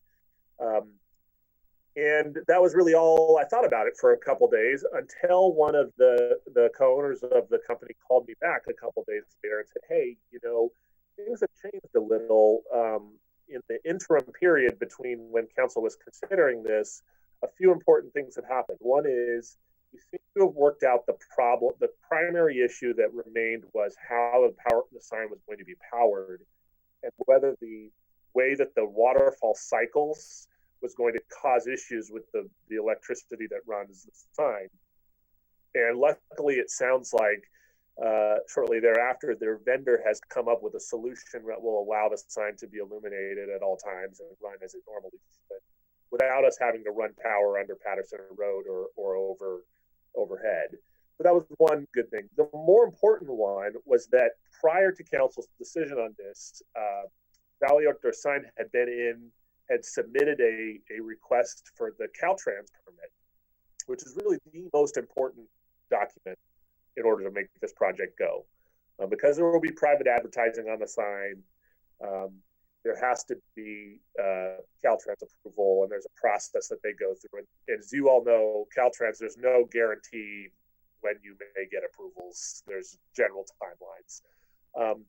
But subsequent to that, Caltrans actually contacted the city, and we were informed last week that they, based on their review, they intend to issue the permit for the sign. So basically what that meant was all of the hurdles that remained for this project were gone now, and it could be constructed. So I had a call with Matt and Mike with Valley Outdoor Sign, who I think are on the Zoom call tonight. And they said, look, we understand that there's frustration about the project. We are frustrated about the project. they shared with me that they actually have already pre-sold a whole year's worth of advertising on this. So every day that we're taking that it doesn't get put up is just less money being collected. But they said now that a lot of these issues that had been things that we had to figure out have been dealt with, and we have a Caltrans permit, do you think council would give us the opportunity to cure this problem? And if we commit that we will do everything we can to have the sign up by September 1st. So, now essentially a little more than a 30-day period.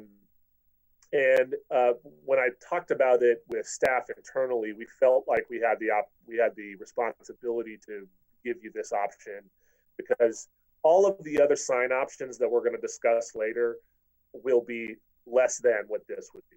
And for two reasons. One is sign size, as well as the high level of graphical capability we'll have there, but also that this is the only option that doesn't cost the city any money and actually generates us revenue on an ongoing basis. So one of the questions I said, look, I suspect the city council would be, there isn't much loss to us in giving you an opportunity to cure the problem, but I'm guessing they are going to want some sort of penalty if you don't perform within the time frame that you say you can. And so what they have proposed is that essentially it would act similarly to kind of in construction, they call it liquidated damages, but essentially the non-performance penalty would be that they begin paying their lease payment as if the sign existed today to the city of Riverbank effective September 1st. So it's a pretty strong motivator, because obviously they're not going to be generating any revenue on it unless it's up and active. And so we feel fairly confident that will make sure that the sign gets done in a timely manner. Just in case you're wondering, based on what they're projecting in terms of sales on the sign initially, our 20% take of annual revenue would be roughly $15,000 based on what they think they're going to generate, because again, they've already pre-sold a lot of these sign spots with a minimum of 7,500. So essentially they would immediately start paying those to us. So that staff is comfortable recommending that. I don't think there's much of a downside to the city, because I have two other options for council to consider, and I think that you could, if you wanted to move forward with all three, because they're certainly usable for different areas of town. So I'm going to show you. Annabelle, can I share my screen, or do I have to? Oh, okay, thank you.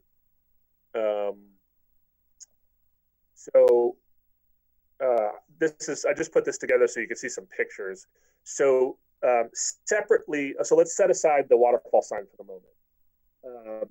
Separately, I went ahead and got some pricing, some generalized pricing on an electronic sign at our entryway here on the west of town. This is a monument sign that I think was developed with a couple nonprofits way back, probably 20 years ago or more.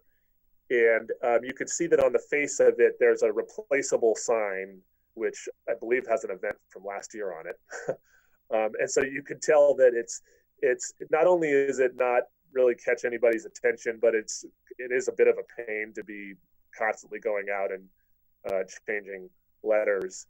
So a replacement of that area of the sign, and it will be larger than that little box there in the middle. We think it will be about 9 feet by 4 feet, with an LED sign that gives the opportunity for rolling messaging. We could program messaging for the next 2 months. It'll just continue to cycle. This would be only a city sign, not any private advertising on it. It doesn't require any kind of Caltrans permitting. We think we could have it up probably within the next, depending on ordering timelines, within 3 to 4 weeks. It can be programmed off a laptop. And so, for example, when council makes these changes or we institute the new mask program, all those things can just be, pretty quickly uploaded onto the sign and immediately be live in the community. So we think the general cost estimates that I'm getting is roughly between, we're looking at around $20,000 to $25,000. I put up to 35 in my report, but since then I've got a couple more quotes, and everything seems to be in the roughly the $20,000 range. Just to give you an idea of generally what they look like, I tried to find some local examples, and these are not great because, of course, the Bayer High School one is not illuminated for some reason in this picture. And this is the one, Councilmember Campbell, that you've mentioned that's down there at 5 points. And this is actually a lower grade in terms of graphical capability than we would be getting. We would do a lot more with our son. Here's some sort of sample concepts of I found some online of other communities. So you'd see, you can do normal stuff like time and temp. You can do,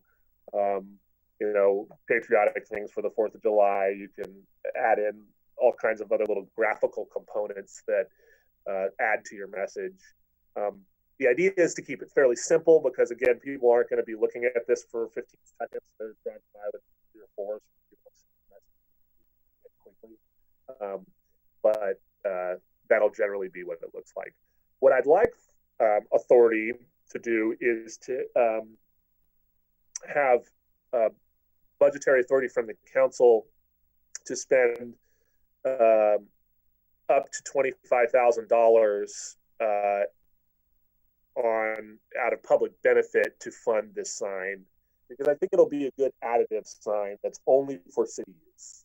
And council can decide at a later date if you'd like to give, nonprofits and others, local organizations the opportunity to get their information out on it, but it'll be for civic type projects.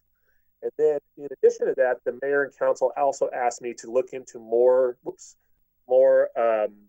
concepts for trailer signs. So I went down a pretty deep rabbit hole of trailer signs. You can do anything from something very simple. Actually, subsequent to last city council meeting, we made a purchase of a new traffic sign for Jacob Myers Park to let people know when it's closed, and we'll also use it for road projects.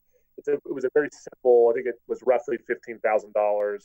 It's very simple, even more simple than these two concepts, but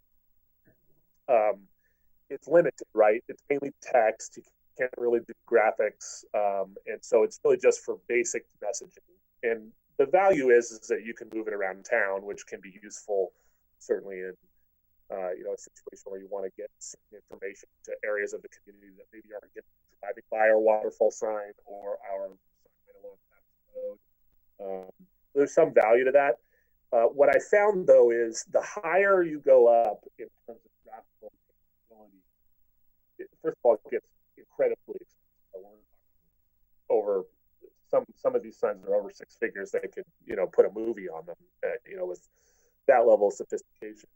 And the problem is that the more expensive you got and the more grandiose trailer signs get, the less likely it is that they're going to be able to run off of any kind of battery or solar power source, which requires too much power. And so many of them, came outfitted with diesel generators, which, I think is concerning not only from an air quality perspective, but I think we're just asking people to steal things like that if they're out in the area. So if council wanted to move forward, there were some options. This option here you see on your left side is about a $30,000 to $35,000 model. You can see that it can do some basic color and graphics, but again, it's limited. This is going to be for short, quick PSA type messages or for traffic related things that we need it for. And then the one here on your right is a more simplistic version of that. That probably costs less than half as much and would really just be useful for public works and general basic messaging.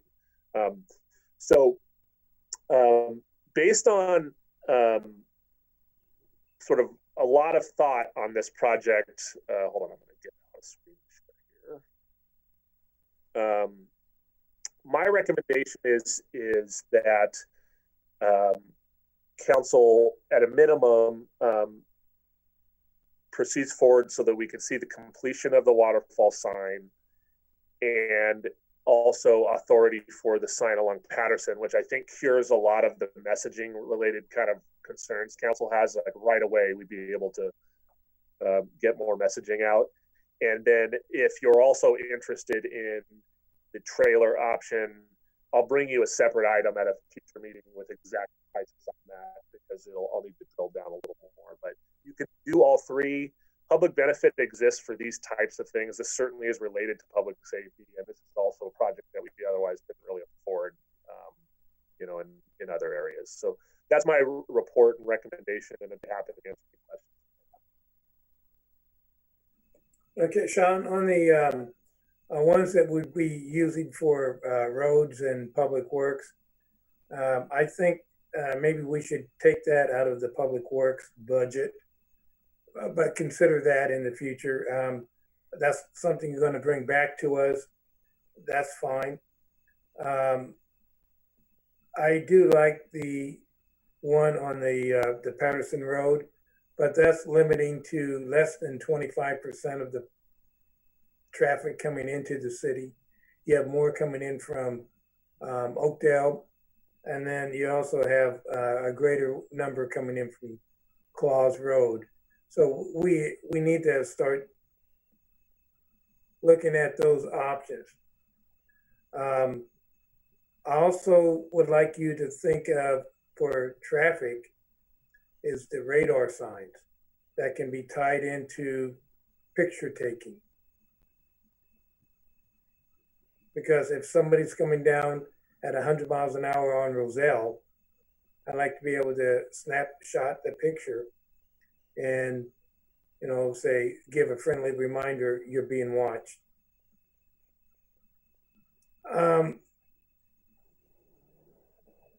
Waterfall sign.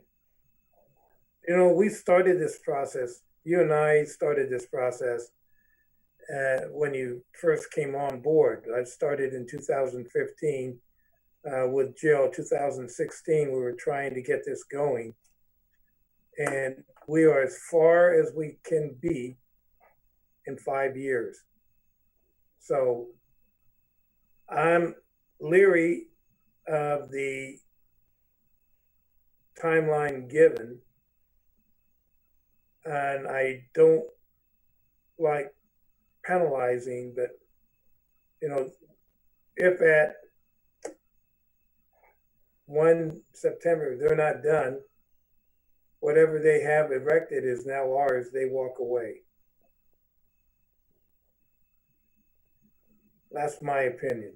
I mean, how long have we been working on this? Well, if you start back to the original sign location, which was going to be over at Del Rio, that dates back to last year. And then we decided we didn't like that location for good reason. And we're back on this one. I'll say this much. And like I said, the guys from the sign company, I think, are on the line. And so they certainly can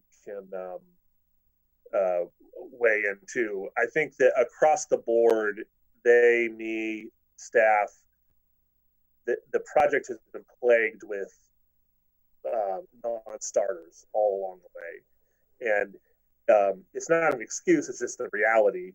But our thought on it was, the city doesn't lose, in my opinion, the city doesn't really lose anything by allowing them to have the opportunity to finish. Like, we're not out anything, we are already out.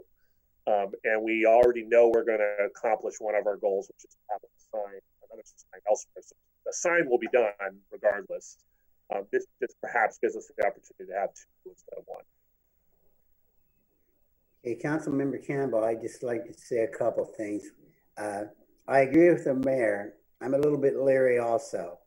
And I'm also leery about Caltrans. Have they given them the permission yet? Yeah, my understanding is that as of yesterday, they have issued their approval. So they can go ahead and start then? Correct. Okay, Literally, the answer has been if they get approval tonight, they begin tomorrow. right. And if we do decide to do this, I agree with the mayor that on September 1st, we should decide the reason, not them. And if it's not something reasonable, then I agree with the mayor. They walk away and we get what they've got. And if it is something reasonable, they pay the fine and they've got the 30 days to do it. But that's only if it's something reasonable that just was beyond their concept that happened. I really am agreeing with the mayor. We've waited a long time with this. Vice Mayor Uribe here. So we've been talking about this quite some time. I didn't even have a daughter when this all started. So as far as the Patterson Monument, I do like that idea. I did like the one of the graphics you had that was displaying the American flag. I like that visual. So that's exactly what I was going for. I would like to see it come out of the public benefit fund as well. And the trailer, let's bring that back. Let's get some more deep. Let's work through that a little bit more.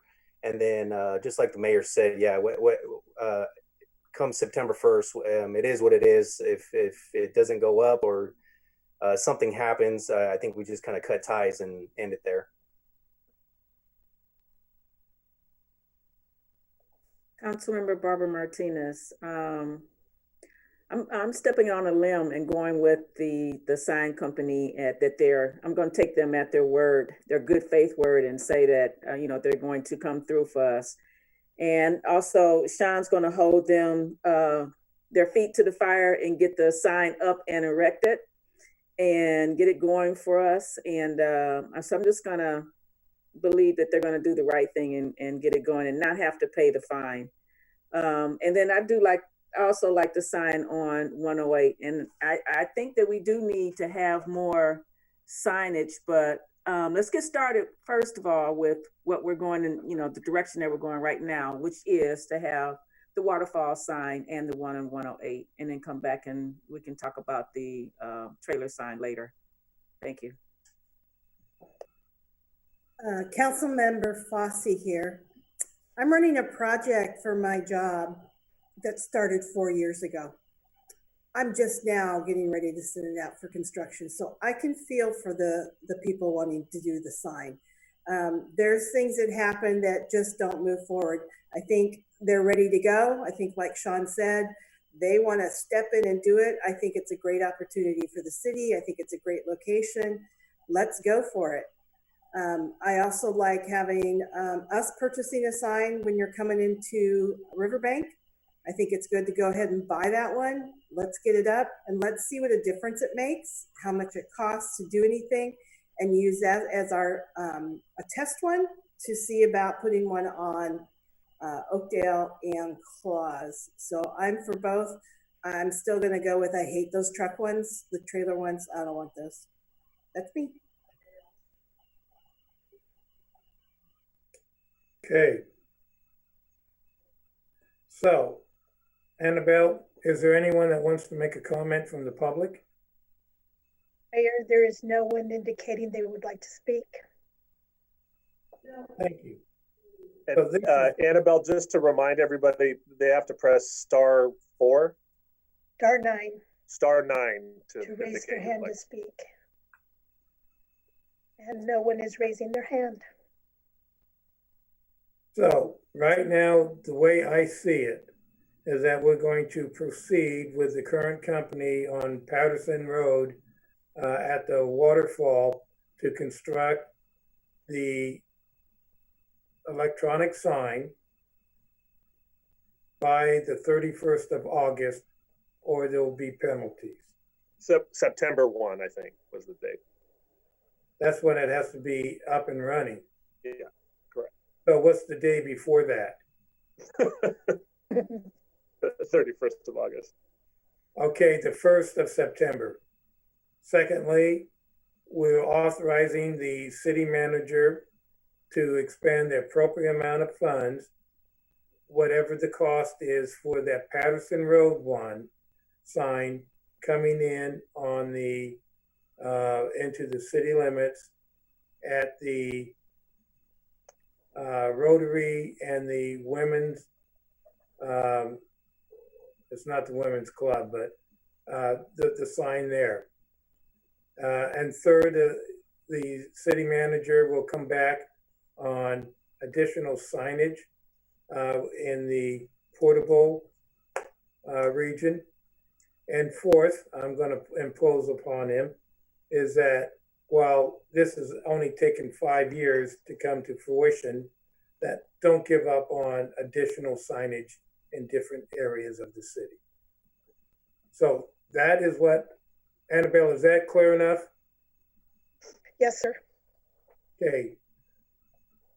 Is there a motion to approve what I just stated? I'm not going to restate it. This is Councilmember Fosse. I make a motion that we approve what the mayor just indicated. Councilmember Barbara Martinez, I second. Okay, we have a motion to approve the signage and a second approved. Let me restate that. We have a motion by Councilmember Fosse to approve the signage and a second by Councilmember Barbara Martinez. Roll call, please. Council members Barbara Martinez, Yes. Campbell, Yes. Fosse, Yes. Vice Mayor Uribe, Yes. Mayor O'Brien. Yes. Motion passes 5-0. Thank you all. Good meeting. Let's go to staff reports. Thank you, Mayor. I wanted to mention to council and that I have been contacted by a couple members of the public that have mentioned that they were a little disappointed that I'm not doing my regular COVID-19 update. And it just, I apologized because it just didn't occur to me because I spent so much time talking to each of you individually about it that city council meetings might be a place where people get information about what's happening with the virus locally. So as long as council doesn't have any problems with it, I'm going to start doing that maybe on a once-monthly basis so that you can get updated on the latest, the newest things that are occurring with regard to the virus. In addition to that, I'd like to just point out a couple of exciting pieces of information. The Riverbank housing market currently is one local development said that it is on fire right now. They're selling homes more or less immediately after they're built. I'd encourage council, if you get a chance, to drive over and check out the Countryside subdivision, which is in the process of being built currently. And they have really been coming along fairly quickly. In addition to that, we have significant interest happening at Crossroads West. Council will be seeing some items at the next agenda, helping us move forward with seeing dirt turn at that location. And in general, we have seen development just continue to plug along despite COVID. So I don't really know why that is, but it's good to see. And I also would like to mention that our mask program has been super successful, and a big thank you to primarily Norma and Gabby from my office, who have done most of the legwork on that.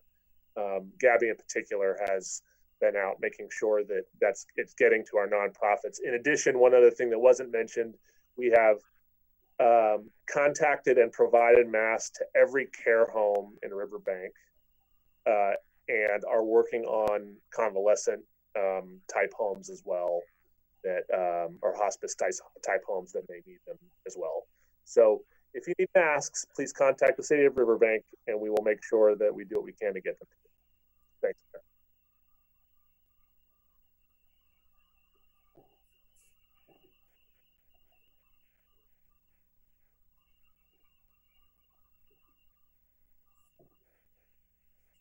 Mayor, you are muted. Thank you. Any other staff reports, Sean? One other, two other very brief ones, actually. There are 2 or 3 very important projects that the city of Riverbank has been working on for a long time that are just about on the precipice of having public hearings. One of them is the Metis Master Developer contract, which we are targeting this very next month for council consideration. It's something that some members of this council have been working on literally the entire time they've been on the board. And I've certainly been working on it my entire time I've been here. So it's a humongous opportunity for the city of Riverbank. That's one. The other one that's coming up is the cannery cannabis cultivation and manufacturing project has finally been negotiated and is ready to start the public hearing process. So we'll be talking about that soon. And finally, the Riverwalk project, which is a subdivision on the west side of Riverbank that has been on council's strategic planning list, but has really started to gain steam now, has now circulated conceptual drawings, and very soon will be releasing some initial environmental work that they've done, which will start the process. I hope to do a workshop with the council and also planning commission to go through that project, and I think you'll be very impressed with what they're proposing. And when we do that, can we have a combined council planning commission? Yeah, I think that's a good idea. We haven't done that in a long time. We've, 18 months? Well, yes. I mean, on Zoom, it won't be very difficult. It'll be pretty easy. Okay. All right. Thank you very much. All right. Proceeding to 7.2, Councilmember Fossey. Thank you, Mayor. Just a couple of comments as I've been out in Riverbank, trying to support as much as my money will allow our businesses. Remember, these businesses are just as stressed as we are. And so try to remember to be kind. They're following our requirement of the mask. So don't give them a hard time. Just put your mask on. And quite frankly, let's all wear the masks. Let's do what we can. Let's get this virus out of here.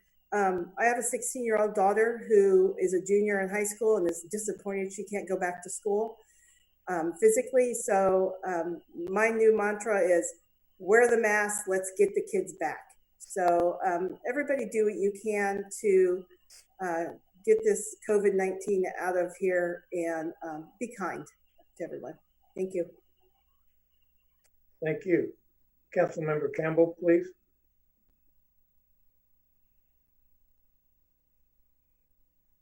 Cal, can you unmute, please?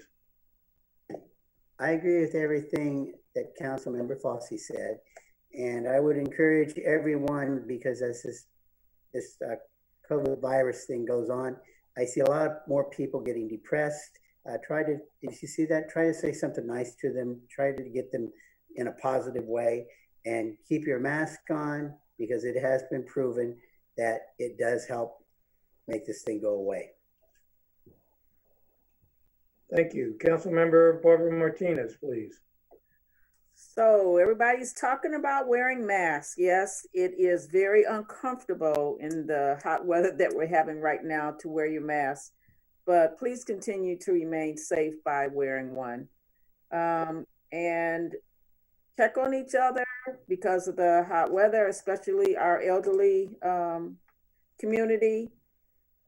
And if you'd like to volunteer, the Christian Food Bank is needing help for distribution on Fridays from 10 to 12. They serve probably about 125 to 150 people every week. And so they need help. And also it is contactless. So you don't have to touch anybody. No one touches you and everyone wears a mask. They even are giving out masks to those that don't have them and need them. And so they need your help. And I was there 2 weeks ago helping out, and we could have used some more help. So do what you can if you'd like to volunteer. Thank you. Thank you, Darlene. Vice Mayor? Thank you, Mayor. So just a quick update on the Stanislaus Homeless Alliance subcommittee. We had a phone conference today. We discussed how the county will be earmarking $75,000 and reaching out to a third party to help develop a strategic homeless action plan that's going to actually focus on communities versus the one that was released last year in January that focused on the county. And then also there's going to be a webinar August 11th at 10 a.m. that I'll be attending. It's going to be by an organization called Rethinking Homelessness. They're going to be discussing evictions, the eviction crisis that's coming, and how communities can prevent evictions and homelessness during COVID-19. That's all I have. Thank you. Thank you. Although I cannot ask you questions, I have a lot of questions about those two statements. First off, for our residents, COVID test results are between 6 and 12 days of notification of positive or negative. We can't get ahead of the curve by this delay. In my business, it took almost 14 days to get results. Last week, I had members of a nonprofit that I'm president of that have not gotten results yet at 7 days. The county tomorrow, when I talk with them, I'm going to ask them, either you get better results or you give up and give it to the state, because this is not how we can, as a county, survive. That's why we are the worst county in the worst state of the union for COVID-19. Tonight, we have now 350 confirmed cases within Riverbank. That is excessive for our community. I hope our plan of giving them PPE, especially face masks, and enforcing it will help mitigate or lessen the amount that we have. It's also incumbent upon families, when they get together in large numbers, that they social distance, hand wash, and wear masks. On a much lighter note, I'd like to see the city look at leasing all of our light poles to a third party to manage the 5G that's coming. That way the city can't be demanded, we want this, if we lease it to a third party, that it can generate some funding and also some control over the 5G. For example, on Patterson and Oakdale Road, a 5G went up. It just destroyed a lot of the plants around, and they were held accountable. So I'd just like to see that happen in the near future. Also would like to have an update for the council on where we are going with the wastewater treatment plant, phase 1 in engineering and design and construction. If we can have that within a month, Sean? Yes, I will schedule Neil to get on and give you a full update. Thank you very much. With that, we go to closed session. The public will have a limit of 3 minutes to comment on closed session items as set forth on the agenda prior to the city council going to recess. Item 8.1, conference with legal counsel, existing litigation. Pursuant to Government Code Section 54956.9, Delta 1, name of case, Elevation Plus LLC versus the City of Riverbank, case number CV 002819. Item 8.2, liability claims. Pursuant to Government Code Section 54956.95, claimant, Lincoln Capital, agency claim against the City of Riverbank. Item 8.3, conference with real property negotiator. Pursuant to Government Code Section 54956.8, property APN 062-031-005 through 007. Agency negotiator, Sean Scully, city manager. Property negotiator, Amatis Inc., property under negotiation, price, terms of payment, or both. Annabelle, is there anyone there that would like to make a comment? There is no one wishing to speak. The public portion of this meeting is now concluded. The City Council and LRA Board will be going into closed session. A report on the closed session items will be made to the city clerk, which will be reflected in the minutes of this meeting.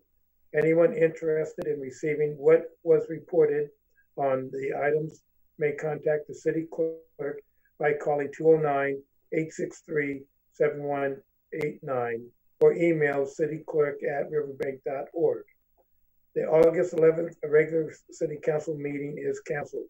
On the next open meeting is on Tuesday, August 25th at 6 p.m. We will now adjourn to closed session. Thank you all.